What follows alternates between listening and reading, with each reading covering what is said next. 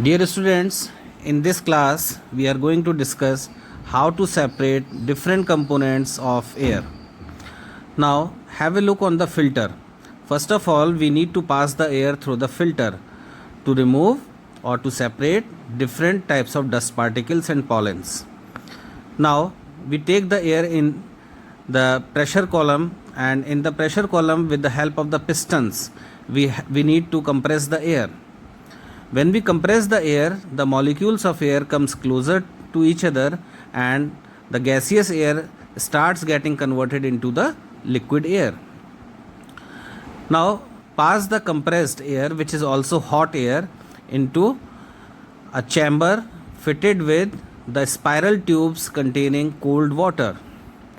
Now students, what will happen when we pass compressed hot air through very cold spiral tubes? The hot air becomes condensed and becomes liquefied.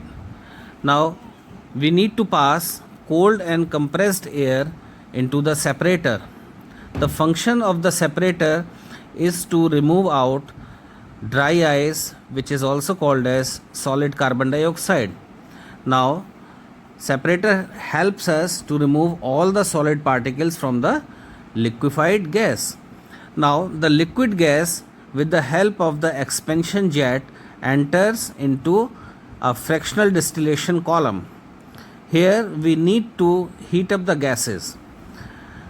So when we heat up the gases, you all are aware what we have discussed in the previous video.